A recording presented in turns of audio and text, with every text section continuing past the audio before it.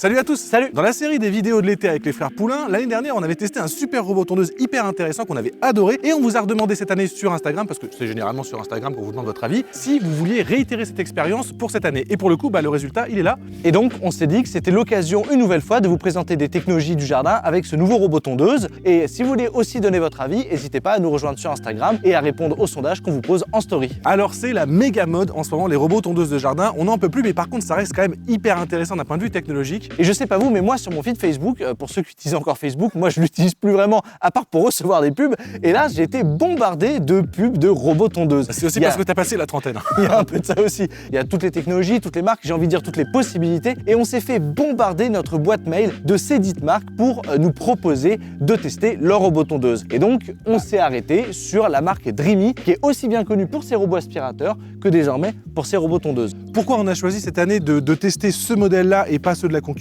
C'est parce que c'est celui qui nous semblait pour le moment le plus intéressant, le plus avancé d'un point de vue technologique, parce qu'il y a vraiment plein de choses à dire. L'an dernier, avec le robot qu'on avait pu tester, on avait besoin d'un fil périmétrique. Il y avait déjà des nouveaux robots qui sortaient avec un système GPS RTK, donc un système de positionnement par le satellite. Et là, le Dreamy utilise d'autres technologies, avec juste ici par exemple l'Omnisense, qui n'a pas besoin de GPS et qui se repère tout seul dans le jardin grâce à un lidar et des technologies de fou. Franchement, c'est hyper fascinant à voir, ça vient mapper le jardin en volume en 3 dimensions avec plusieurs points. Je vous le mets déjà là, vous le voyez, c'est absolument dingue. Ça, c'est le plan du terrain qui a été réalisé par le mapping 3D du capteur de ce robot. C'est aussi impressionnant que presque un peu flippant parce qu'on voit même l'intérieur de la maison. Et puis, vous le voyez, si on a la carte et si vous voyez les quelques rayures sur le robot là, c'est qu'en fait, ça fait déjà quelques jours, voire une semaine qui tourne dans le jardin, qu'on a pu tester toutes ces fonctionnalités. Et la première des choses qu'on a dû faire, c'était installer sa base. Et suivre les premières étapes qui étaient directement indiquées au déballage. On vous met en musique dès maintenant. Arrête, tu te fous de la gueule de ma meuf là. Oui.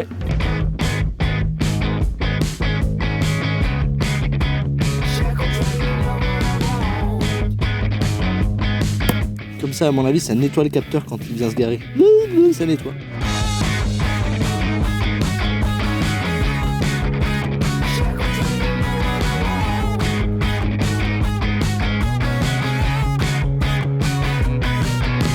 Il y a une tondeuse Calypso, donc on fera de la voice isolator sur Resolve, on peut rien y faire, c'est le voisin. Ah oui.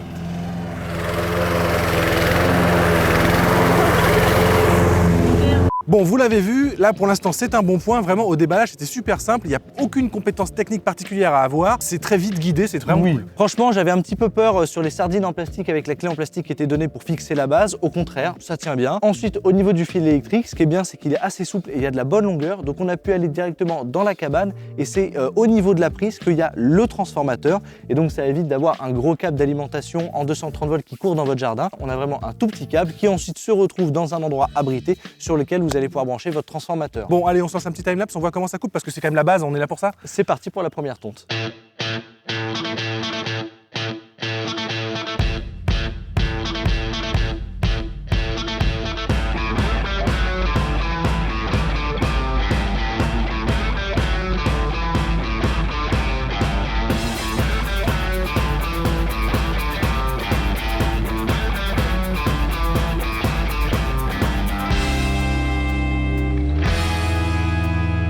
Ah, vous voyez, on s'apprête à tourner une séquence, il rentre tranquillement à sa base, hein. Pas de problème. Et surtout, avec le silence, vous l'entendez, il n'y a pas, en fait. Il est vraiment silencieux. Ah, il est inaudible. Alors on a vraiment de la chance de pouvoir bénéficier de ce terrain parce qu'il y a des caractéristiques qui sont ultra intéressantes pour tester des robots tondeuses. En plus, c'est le même terrain sur lequel on a testé d'autres robots tondeuses l'année dernière. Et d'ailleurs, on en profite au passage pour remercier les propriétaires de la maison pour nous laisser tondre leur gazon. Tu me diras, on les remercie pour qu'on puisse tondre leur gazon. Oui, c'est vrai.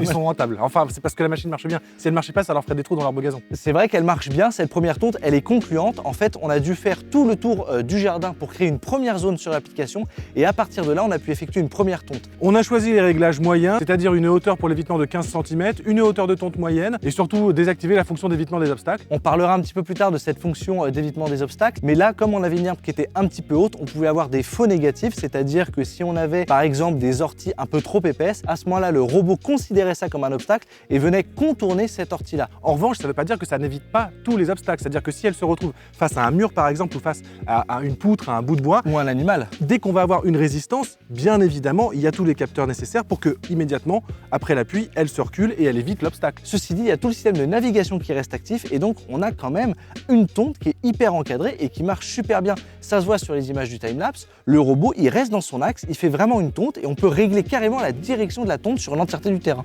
Et vous le voyez, c'est vraiment bien fait, vous pouvez choisir la direction de la tonte et ça c'est un mode, et il y a un autre mode qui va automatiquement choisir la direction de tonte. Évidemment, comme on a une super carte sur l'application, quand on choisit la direction de la tonte, c'est directement indiqué au travers des petites lignes sur le terrain. Donc on s'est amusé plusieurs fois à choisir la ligne de tonte qui couvre le maximum de terrain en diagonale. Du coup c'est assez satisfaisant, on voit vraiment une grosse ligne comme ça qui tonte tout le terrain, c'est plutôt cool. Bon, jusqu'ici on est satisfait, ça fonctionne bien. Le terrain était dans des conditions un peu précaires parce que justement on avait arrêté la tonte 10 jours avant pour être sûr d'avoir une belle pelouse bien fournie et voir si ça allait pouvoir le faire, malgré le fait qu'on était probablement un petit peu au-dessus des recommandations constructeurs en termes de hauteur de coupe. Donc ça veut dire que vous pouvez quand même le faire sur un terrain qui n'est pas très bien entretenu. Voilà, qu'est-ce qu'il reste à tester? Il reste à tester par exemple la gestion multi-zone, puisque là juste derrière on a un petit coin de gazon avec un gîte. Par contre les deux terrains ne sont pas reliés ensemble, enfin ils sont reliés mais par un chemin de pierre que même humainement il est difficile d'emprunter. Sauf qu'au travers de l'application on peut créer une zone, on peut créer un chemin et on peut vraiment définir au robot de passer par cette zone là.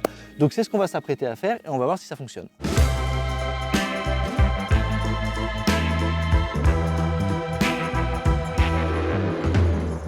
Là, on est de l'autre côté du chemin et on continue à lui indiquer du coup le chemin et il arrive juste là.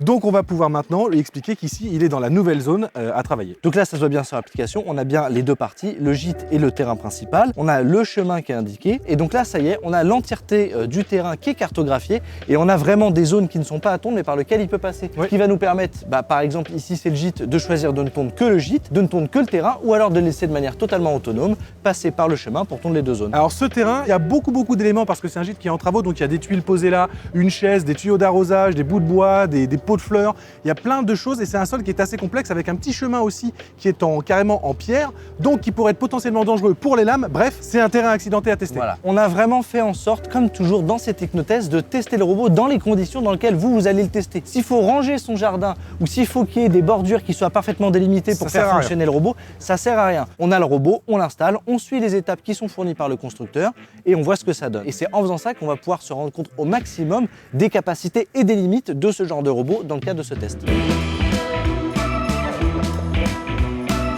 Bon, les résultats de tonte sont vraiment super, il y a des choses à dire, on va en parler et on va laisser exprès la tondeuse, là vous avez Artus qui met le micro juste à côté parce qu'elle est en train de tourner pendant que je vous parle et pour que vous puissiez vous rendre compte à quel point c'est silencieux. Si la machine tourne dans un milieu calme, le milieu devrait relativement rester calme, c'est déjà un bon point. De même que la gestion par zone, on n'a pas créé pour le moment de zone interdite sur le terrain, mais une fois qu'on fait tout le périmètre, si on veut créer un endroit qui doit être interdit par le robot parce qu'il peut y avoir la présence d'animaux, il peut y avoir la présence d'un bosquet qu'on veut garder intact, on peut créer une zone interdite, ce qui est un bon point par exemple aux zones à fil périmétrique où encore une fois, il faut planter son fil dans le sol pour créer des zones où le robot n'aurait pas le droit d'aller. Ceci étant aussi, on a testé l'évitement d'obstacles, comme vous pouvez le voir juste là, hop, et c'est totalement infaillible. Vous pouvez vraiment lui faire confiance. Bon, évidemment, c'est comme tous les mécanismes de sécurité, ça reste un mécanisme de sécurité. Donc, s'il s'enclenche, c'est que c'est en dernier recours. Mais nous, on n'aura pas de problème à se mettre en plein devant. Cette confiance-là, en fait, elle est double quand même, parce qu'il y a le système Omnisense qui vient détecter l'obstacle avant qu'il n'y ait un choc qui se produise contre le robot. Et ensuite, il y a la deuxième sécurité, qui est celle de la gestion du choc, où là, le robot ne force pas du tout sur ses moteurs et vient encore une fois faire demi-tour s'il y a un objet qui se présente et qui n'est pas détecté par le radar. Alors cette gestion d'obstacles, si sécurisée et bien soit-elle, elle est parfois un petit peu trop sensible. Ouais. La première fois qu'on a tondu cette partie-là du jardin, cette zone-là, comme elle était très mal entretenue et qu'on avait des arbres un peu trop hautes, on a carrément eu des endroits qui ont été reconnus comme des obstacles juste parce que les herbes étaient un peu trop hautes. Et donc là, vous le voyez sur la carte, sur la capture d'écran dans le journal de nettoyage du robot, on se remarque qu'on a un terrain qui est presque, on dirait qu'il est accidenté, oui. Alors que là, vous l'avez vu sur les images, il n'y a rien à part de l'herbe et une petite chaise et des tuiles sur les bords. Mais en son centre, il n'y avait rien de très dangereux, il n'y a même pas une pierre. D'ailleurs, une fois ça nous est arrivé, c'est important de le préciser, il était un peu trop près du mur, un peu trop près de la chaise et du coup il a eu du mal à se dépatouiller, si bien que il est resté dans cette position entre le mur et la chaise et il n'a pas continué la tonte. Rien de très grave, on a déplacé la chaise et la tonte a repris. La bonne nouvelle en revanche, c'est qu'il a très bien compris la situation de blocage un petit peu dans laquelle il était et il s'est mis en suppose, il n'a pas continué comme ça jusqu'à vider intégralement sa batterie. On a refait une tonte sans la gestion des obstacles et là c'est vraiment impressionnant. On avait un gros ortie, je dirais bien de la taille de mon pouce en plein milieu et il l'a coupé, il est passé et on s'est retrouvé du coup avec une zone tondue dans le respect des 5 cm qui étaient définis dans l'application. Une fois que cette première coupe sans gestion d'obstacles a été effectuée, on peut réactiver la gestion d'obstacles et du coup bénéficier d'une tonte absolument parfaite puisque maintenant les obstacles sont correctement détectés vu que les herbes ne sont pas trop hautes pour éventuellement tromper le programme. Elle a quand même un défaut, c'est que les lames elles sont au milieu comme pour beaucoup de tondeuses robots et donc forcément les bordures, même si on se rapproche de plus en plus de la découpe sur bordure, on n'y est pas encore, donc il faudra quand même passer un petit coup à la main là où on a des obstacles parce que la lame ne peut pas aller jusque là, c'est parfaitement physique. Bon, là ce qu'on a fait c'est qu'on a créé une zone avec un chemin que je trouve très bien défini entre le gîte et le terrain principal. Maintenant il y a une piscine, on a un petit lopin de terre derrière la piscine, on va essayer un cas extrême où on va faire passer le robot sur les dalles de la piscine pour voir si ça tombe là-bas aussi.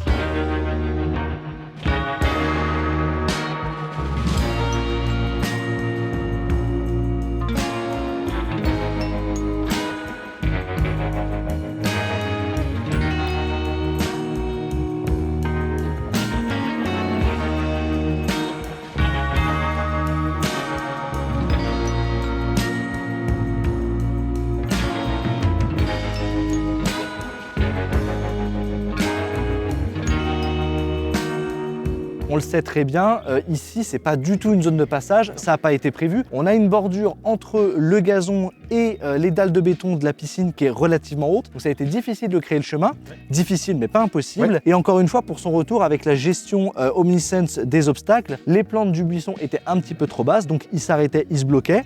Ce qu'on a fait, c'est qu'on a mis un petit coup de sécateur, comme ça on a pu dégager le passage et ça a marché. Et ça a marché. Ça c'est quand même assez dingue parce que en plus vous le voyez pas, mais il y a une marche ici de carreaux qui est difficile à avoir et parfois il rame un petit peu, il tourne autour, mais il arrive quand même à monter au bout du compte et il passe tranquillement. Donc c'est assez étonnant parce que je sais pas si vous voyez là, mais moi là par exemple à la largeur d'un homme, c'est tout ce qu'il y a. Je veux dire, c'est vraiment très fin, c'est impressionnant. Ça permet de mettre vraiment en exergue le système de navigation qui est ultra performant.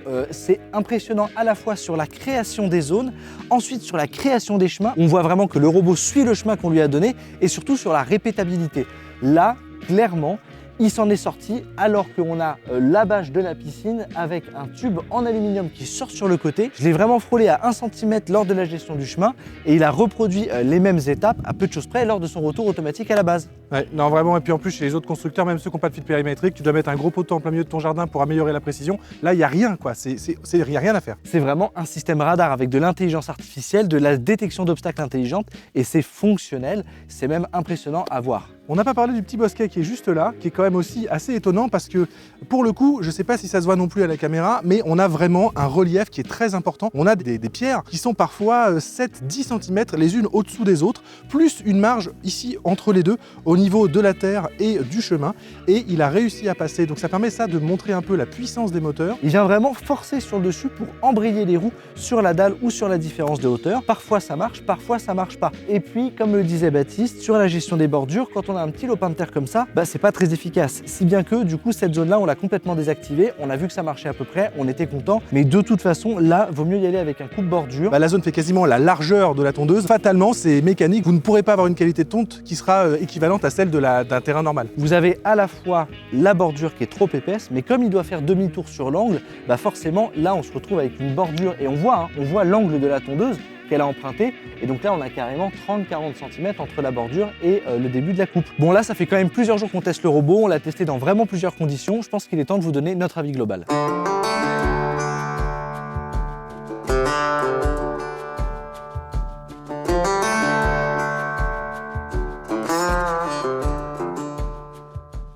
Alors on vous l'a dit en début de vidéo, on a reçu plein de mails concernant les tests de robots tondeuses en ce début d'année. On a choisi, nous, de tester le Dream. Par contre, il faut le préciser, on a quand même un contrat qui nous lie avec eux. Alors dans ce contrat, il n'y a rien de stipulé sur ce qu'on peut dire ou ce qu'on ne peut pas dire. On a simplement reçu un PDF qui nous indique les spécificités techniques et les points positifs par rapport à la concurrence. Maintenant, on a pu tester ce robot en toute liberté dans le même jardin que l'an dernier et ça nous permet aussi de le mettre en comparaison avec ce qu'on a pu tester auparavant. Et pour le coup, déjà au rayon des défauts qu'on a pu remarquer, il s'est passé ce qu'on pensait qu'il allait se passer. On a un super bel objet avec une belle peinture gris métallisée qui a rayé immédiatement. Alors c'est pas grave parce que c'est un robot tondeuse, on le sait, mais sur les points esthétiques, c'est une chose qui est à noter. Par contre, le capteur qui se situe juste ici à l'avant de la tondeuse, il est protégé lorsqu'elle vient se remettre à sa base par un petit balai qui vient le nettoyer. Donc là, pour la vidéo, on a enlevé les quelques feuilles qui s'étaient posées dessus, mais lui, le capteur, il reste toujours propre et toujours nettoyé par le balai de la base. Aux autres rayons des points esthétiques, moi je trouve, mais c'est qu'un point de vue parce qu'encore une fois, c'est qu'un robot tondeuse et vous n'êtes pas censé le soulever, c'est plastique. Tu vois, je trouve que c'est un peu creux dedans. En fait, je trouve ça relativement simple. Donc quand je le regarde, si je parle que de l'esthétique et que je vois pas son efficacité, je me dis qu'on met assez cher dans un robot qui fait un petit peu carter plastique.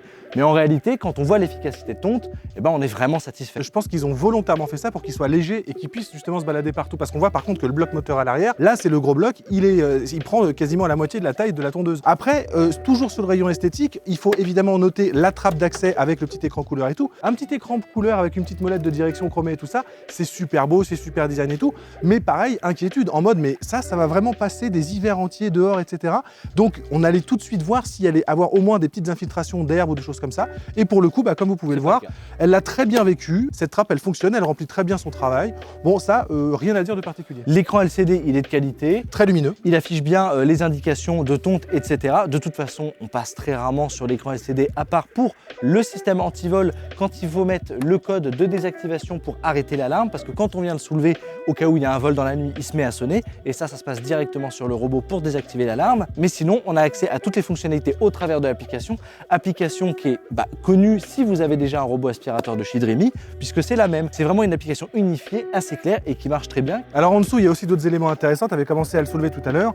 On voit aussi le mécanisme de tonte qui est bien pensé, qui est très fluide, avec les petites lames là qui peuvent être changées très rapidement. C'est indiqué par le constructeur. Donc ça, c'est aussi un gros avantage. On a un genre de quick release. Il y a dans la boîte 3 autres lames qui sont fournies, donc on peut les changer. Et ce type de lame là, vous attendez pas par contre à tailler des hautes herbes, à aller dans la cambrousse, puisque c'est une coupe de type mushling. Donc c'est-à-dire qu'en fait, vous n'avez pas besoin de ramasser le gazon qui est coupé, puisque la coupe est très fine et on vient juste laisser la tonte comme ça se dissiper sur le sol. Et ça vient aussi favoriser la santé du gazon lors de sa repousse. En fait, ça va tondre tous les jours ou tous les 2 jours parce que c'est programmable. Donc forcément, oui, vous allez laisser des petits morceaux d'herbe, mais c'est même pas 1 millimètre, donc c'est totalement invisible. Donc on en vient au point aussi du silence, puisque le robot est suffisamment silencieux, voire très silencieux. Et donc on peut le lancer le matin, on peut le lancer le soir, on peut effectuer une tonte en étant présent sur son terrain. Ensuite, en termes de puissance des moteurs, c'est assez remarquable.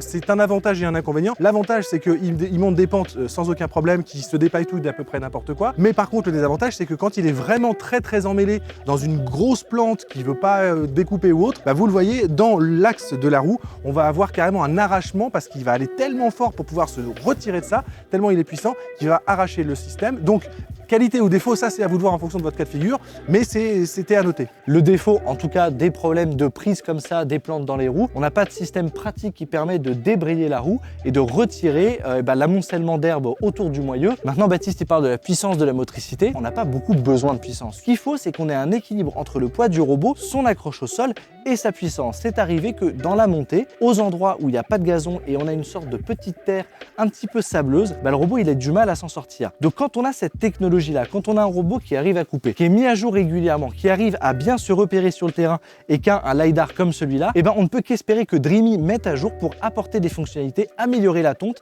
avoir par exemple un système qui colle encore plus aux bordures du terrain pour couper encore plus près les hautes herbes, et à ce moment-là, on aura vraiment un robot parfait. Vous avez juste ici une petite liste récapitulative des informations techniques de ce robot au cas où on en aurait oublié. Merci à Dreamy d'avoir envoyé cette machine, on est ravis d'avoir pu la tester. En tout cas, on espère que ce test il vous a intéressé par rapport à ceux aussi qui sur Instagram avaient montré leur intérêt. N'hésitez pas à signifier si ce genre de test vous intéresse en commentaire. Nous, on est absolument fans de pouvoir vous présenter des technologies qui sont toujours plus avancées, toujours plus différentes et qui changent un petit peu du bricolage dans l'atelier. Like, abo, partage. N'oubliez pas d'être tous bienveillants les uns envers les autres. On vous embrasse. À la prochaine. Ciao.